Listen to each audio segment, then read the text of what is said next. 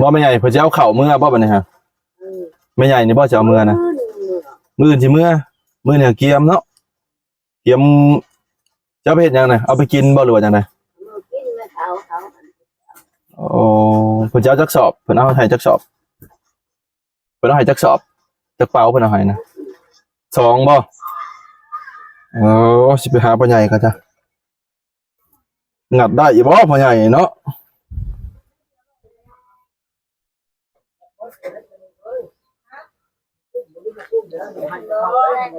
คือว่าเพิ่นสิจ้างอันนี้เพิ่นสิจ้างเขาไปซีให้บ่พ่อใหญ่หรือว่าสิสุกไปเองจะบ่เนี่ยบ่แล้วให้เขาสิมาเอาแล้วหันซื้อได้1พกเว้นหั่นเดี๋ยวดูบ่แลสิซอยดูได้อยู่บ่เอาใส่ล้อไว้ตอนนี้บ่แล้วช่วยนะเจ้าเจ้านี่เอาไม้ไปเน็บให้พ่อใหญ่เนี่ยจะมันเบิดก็พ่อใหญ่ยืมเน็บแน่เน็บเจ้าน่ะเบิดแล้วก็ชื่อเอาดอกบ่ยากดอกโอ้2คนนี่2คนกับเมียบัดนี้บ่แลสิไปซอยเบิดก่อนพ่อพี่น้องเมียค่อยขนาดได้บ่แหละเพิ่นเน็บซะแล้วโจมเป่าเข้านี่ปึ๊บโลดโอ้หันแฮงเด้อเนาะหันแฮงได้เราใส่ล้อซื่อๆนี่บ่พ่อใหญ่เนี่ยฮะใส่ล้อนี่เรียนแล้วเอาปุ๊บเอาอันนั้นปุ๊บนี่แต่บ่2สอบบ่พ่อใหญ่ช่องชอบไปชี้ให้มีอยู่30-40 โลพ่อพี่น้องเอ้ยโอ้โทมันบ่แม่นมันนั่นเด้เอานี่ยัง2 4 6 8 10อัดแล้วเอาแล้วขังพ่อใหญ่ไว้ติโยบ่แม่นหนูผูกได้สิสั่งขังไว้ใส่เหล้านี่ฮะยังชาวชอบยังชาวสอบบ่แล้วชอบอันนี้ไล่อันกินกับเรานี่2คนนี่เบิดบ่พ่อใหญ่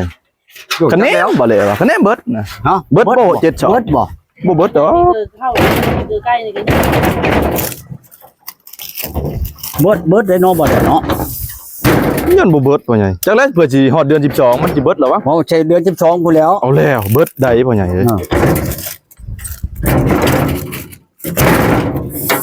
ข่อยว่าเบิดข่อยว่าเนาะเบิดพ่อใหญ่เบิดฮอดเดือน12แล้วเบิดเฮาชอบเบิ่งเด้อนี่ไล่อันเดือน1ต่อเดือน1ตอน2ชอบอะไรเบิ่งดูเดือน1 2สอบเนาะจักเดือนพ่อใหญ่บัดนี้อยู่จะนี่20สอบก็10เดือนพ่อใหญ่ฮะ20สอบก็ตกอยู่10เดือนจังเบิดแน่มันก็กุ้มเลย12มัน6เดือนซื่อๆมันก็กุ้มเลยว่า6เดือน12ก็6เดือนแล้วอ่ะกุ้มเนาะกับ2สอบต่อเดือนนั่นแหละ2สอบต่อเดือนนั่นแล้ว10สอบก็10เดือนก็20สอบ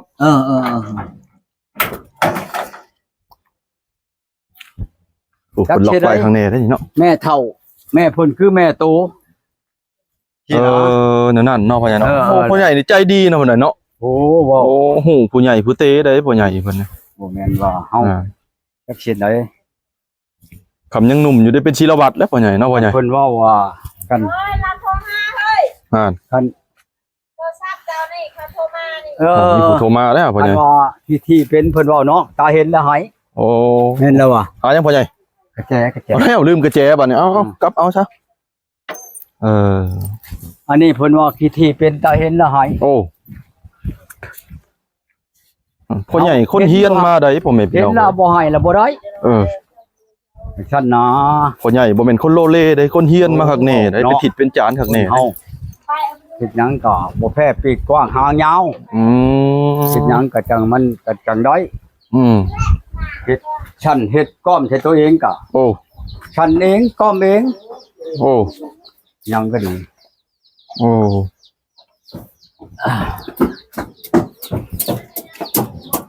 ในใช้หน่วยไหนมันโทรมาน่ะโอ้ยไม่ใช่ล่ะใช้แล้วแม่ตัวนะครับ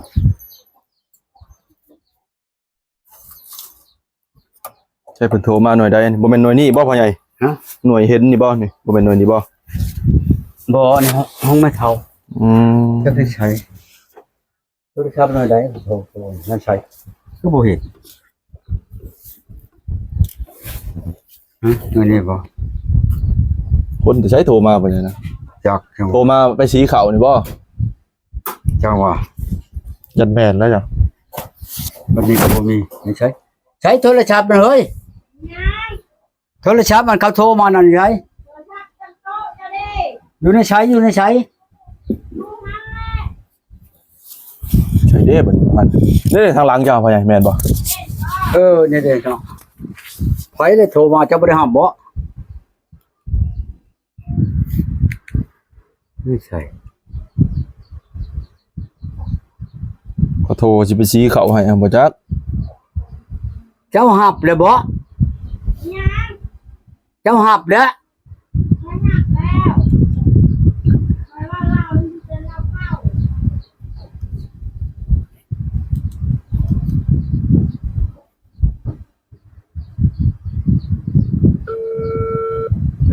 เป็นไผฮัลโหล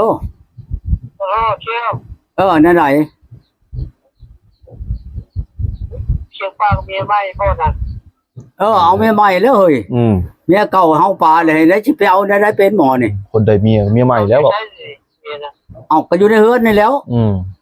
ว่าคนบ้านไร คนนั้นอันนั้นวิละ โอ้ คนวิละให้โตหาก็บ่หา ที่หาตัวได้เลยหายงูนี่ที่จะทางผู้ไข้สิมังเลยครับ เอ้า เอาอีกบ้านได้เวลาน่ะ บ้านเพียงบ้านปอเถอะบ่บ้านหยัง มันผู้ปอบอก เออเอามาแล้วเอามาแต่วานนี่พุ่น โอ้ มาถึงเป็นเฒ่า แต่งผู้หนึ่งได้3 ป๊อตลึกเลยเนาะ แม่ พ่อใหญ่ เฒ่าแน่ป้าแน่น้องเมียแน่ลูกอีกลูกกระชองเพิ่นเป็นหานะบ่ทั้งมวลนั่น อ๋อ6ได้พ่อใหญ่6ได้พ่อใหญ่ 6เนาะ6คน 6คน ขึ้นบ่หันแล้วโตสิว่าจังได ลึกเลยเนาะพ่อใหญ่เนาะ เรียกว่าชุบโนเชียวเนาะ ควายชุมผักปัญญังแหละเด้อเชียวเด้อ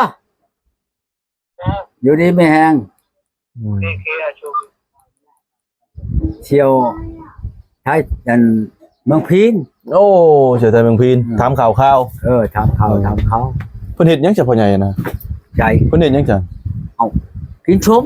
หึ กินมะม่วง เอาที่มันง่วงคือไปลี่กินน่ะนะ จักน้ำข้าวเจ้าแล้วเจ้าไปตำมะพริกก็กินอยู่สิ เอาแล ถามว่ามีบ่ประแดกบ่เห็นประแดกกระแปก5-6กระปุกอาหารบ่เห็นโอ้ยพอว่ะคือว่าแล้วมาใหม่เนาะ ไปลี่กินบ่เด้ ก็มาแรงว่า เด้เพิ่นบ่ได้ลี่ได้พ่อใหญ่เพิ่นไปเฮ็ดอันนั้นซื่อๆติอันน่ะ ออกมากินที่บ่ แซ่บๆเนาะใช่ไหมป้าเพิ่นไปใช่เลยไหมป้านะ กินมะม่วงอยู่ลุมอยู่ กินมะม่วงอยู่ลุม มะม่วงสุก เพิ่นบ่เก็บเอาไปบ่มเนาะพ่อใหญ่ตอนนั้นบ่แพงงัวแล้วมันหล่นลงเก็บเอาไว้ล้างน้ำไว้ หัวดิน้อยนี่เก็บอยู่ คือ ว่าเห็นใส่ถุงยังสิมากินอยู่พุ่นบ่ จักนำพระเจ้า อยู่ทางบ้านผู้รุ่นบ่มีมะม่วงมะเมี่ยงบ่พ่อใหญ่ มีอยู่เฮาแล้มีก็ดี ป้าเด้เอื้อยไปชวนไปแล้วอ๋อ ลงไป บ้า กิ น นเอง ตั้งใหม่เนาะ เพิ่นยังหนุ่มยังน้อยอยู่เลยเนาะ ลงตารางหมด จักปีพ่อใหญ่นะเพิ่นจักปีละ26 ไปตู้ลงตาราง คุณลอยเนี่ยจ้ะ ไป มีแต่คนงามๆเนาะโอ้ นี่น้องลาวได้นี่ได น้องบ่ น้อง น้องโททิศจันลานะ โอ้ลงเลยเด้อ ไปพ่อใหญ่บัดนี้ลงได้พ่อใหญ่เอ้ยเดี๋ยวบ่เลยสิลงก่อนเด้อพ่อใหญ่เด้อลงก่อน พ่อใหญ่โอ้แซ่บๆบาดนี้เนาะลูกเต็มบ้านหลานเต็มเมืองพ่อใหญ่พี่น้องเอ้ยหากะหันใจหันใจได้บ่พ่อใหญ่บ่ หันใจได้อิงตามมันนี่แหละคือแม่นว่าเข้าน้ำความกินกะอิงตามมันภาพพลชนละทาโอ้มันเป็นอะไรก็อิงตามนี่แหละเฮ้ยมันสิแห้งบ่หรือมันสิแรงบ่หรือมันสิมีผลบัดนี่ โยต้องมีผลเลยพ่อใหญ่กับมันแห้งมันแรงก็บ่ได้กินนี่คือเก่าแล้วเฮ้ยเห็นแล้วก็ชัดบอกเอ้ยในลูกโดยฉัน ดิบเบื่อนะ บอกเพิ่น ดิบบริสุทธิ์นะ โดยบอก เผ็ดกินกับแจ่วเบื่อ หน้าตาคือแม่ข้างในเป็นแบบนี้เด้อ จะบอกไปนั่งกินน้ำกันป่ะจ๊ะไปใจนะ ไม่ยังอันนี้ เพิ่นไปเอาผ้า นะบ่ได้จะมาเบิ่งแจ่วบ่ก็เป็นอะไรพ่อแม่พี่น้อง ขนมมันอันนี้บ่ เขาคูบ ไม่ว่าที่ โอ้แจ่วพุ่นเนาะโอ้เป็นตาน้ำลายแตกเลยเนี่ย แก้วนี่เพิ่นสิมากินกับมะม่วง อืม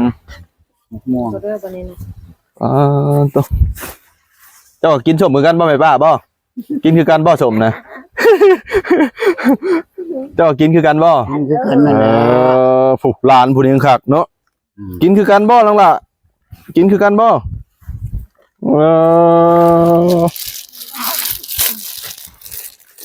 มันไปใช่แล้วเพิ่นมันไปแล้วเพิ่นโอ้เพิ่นต่อยมะม่วงแล้วทางเนาะกินเบิดอยู่บ่ผูกคือหลายหมากแต่อันนี้อะไรเลย4-5หมากเลย จะมีจะกินเหรอ เบิ่งก่อนอย่าเจ็บท้องเลยเห็นบอกพ่อใหญ่กินขนมข้าวโขบ่นี่เนาะ มันยังมันอยู่นี่ กินกับลูกกับหลานด้วยพี่น้อง